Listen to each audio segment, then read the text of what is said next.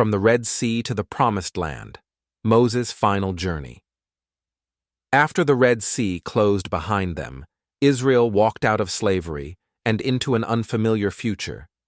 But freedom was not the end of Moses' assignment. Ahead lay wilderness trials, supernatural provision, rebellion, restoration, and the long road to the Promised Land.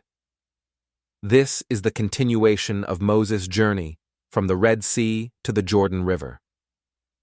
Just 3 days into the wilderness, joy turned to crisis. With no clean water and morale collapsing, the people complained. At Marah, the water was bitter, undrinkable.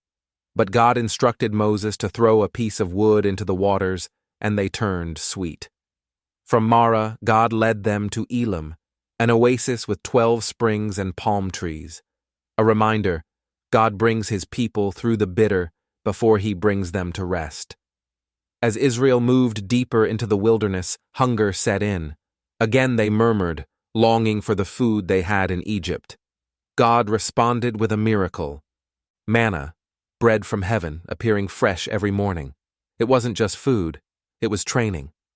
God was teaching a nation to walk by faith one day at a time. At Rephidim, Israel faced dehydration again.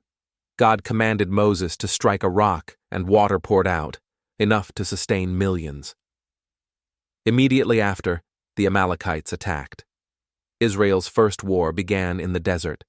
Moses stood on a hill, lifting his staff.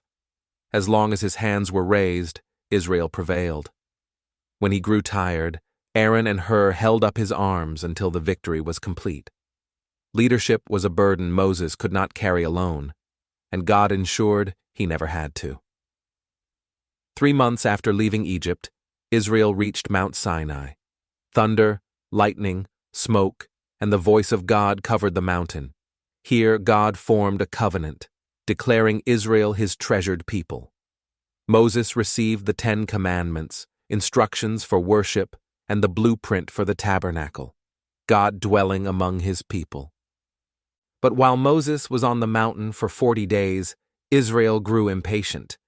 They built a golden calf, breaking the covenant they had just received. Moses returned, shattered the tablets, confronted their sin, and then interceded until God restored them. Sin fractured their story, but mercy rebuilt it. With the tabernacle complete, Israel moved again.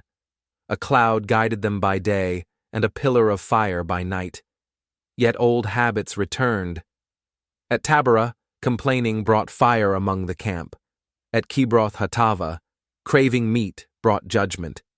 Even Moses' own siblings, Aaron and Miriam, challenged his leadership, and Miriam was struck with leprosy until Moses prayed for her.